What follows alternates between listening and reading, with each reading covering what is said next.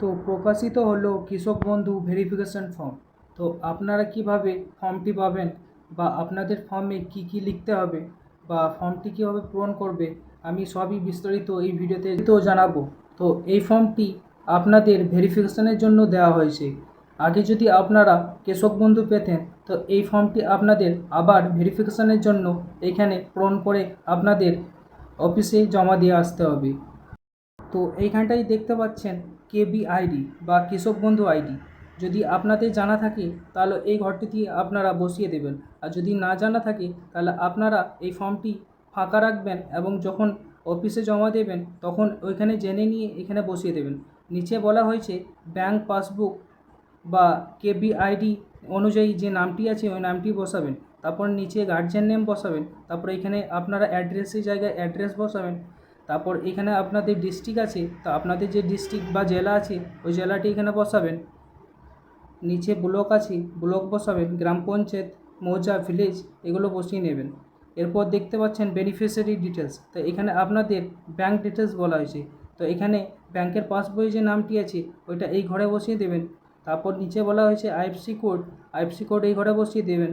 Account number এখানটাতে বসিয়ে দেবেন। আধার লিঙ্কের নাম্বার এখানে বসিয়ে দেবেন, আধার নাম্বারটি এখানে বসিয়ে দেবেন।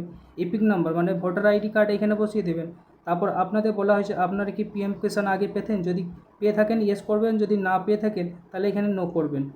তারপরে এখানে বলা হয়েছে আপনারা কি করেন, এখানে আপনাদের কি ফার্মার না কি। তারপরে এখানে আমাদের ল্যান্ড ডিটেলস বলেছে, তো এখানে আপনাদের জেল নাম্বার, আপনাদের খতিয়ান নাম্বার, আপনাদের প্লট নাম্বার, আপনাদের কত জমি আছে এখানে একরে বসিয়ে দেবেন। তারপরে ডেট অফ আরও মানে আপনাদের খতিয়ানটি কত সালে বসেছে সেটা এখানে বসিয়ে দেবেন।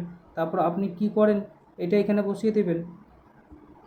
তারপর এইখানে বলা হয়েছে স্পাউট ডিটেলস, তাহলে এইখানে যে গার্জিয়ান নাম দিয়েছেন, যে স্বামী বা আপনাদের স্ত্রী, সেই নাম এইখানে বসিয়ে দেবেন তার নামটি।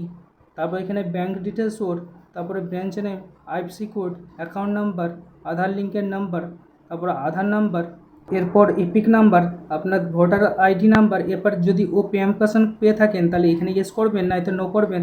তারপরে এখানে অকুপেশন, এখানে ওকে উনি কী করেন এখানে বসিয়ে দেবেন, ফার্মার না কি এটা বসিয়ে দেবেন। তারপর এইখানে অঙ্গীকারপত্র, তো এইখানে আপনারা ভালোভাবে পড়ে নেবেন। তারপর এইখানে অ্যাপ্লিকেশানের একটা সই করে দেবেন। তারপর এইখানে কিছু করার দরকার নাই, এটা আপনাদের অ্যাকনোলেজমেন্ট স্লিপ হিসেবে আপনাদের যে অফিসে আপনারা জমা দেবেন, অফিসে যে আধিকারিক বা স্টাফরা আছে এই যে এটা আছে অ্যাকনোলেজমেন্ট স্লিপটা, এটা আপনাদের রসিদ হিসাবে দেবে। তো এটাতে আপনাদের কিছু করার দরকার নেই, এটা অফিসের যে স্টাফগুলো আছে এইখানে ওরা এটা লিখে আপনাকে রসিদ হিসেবে দেবে। তো এইভাবেই সঠিকভাবে আপনারা ফর্মটিকে পূরণ করবেন এবং আপনাদের যে নিকট অফিস আছে সেখানে গিয়ে আপনারা জমা দেবেন।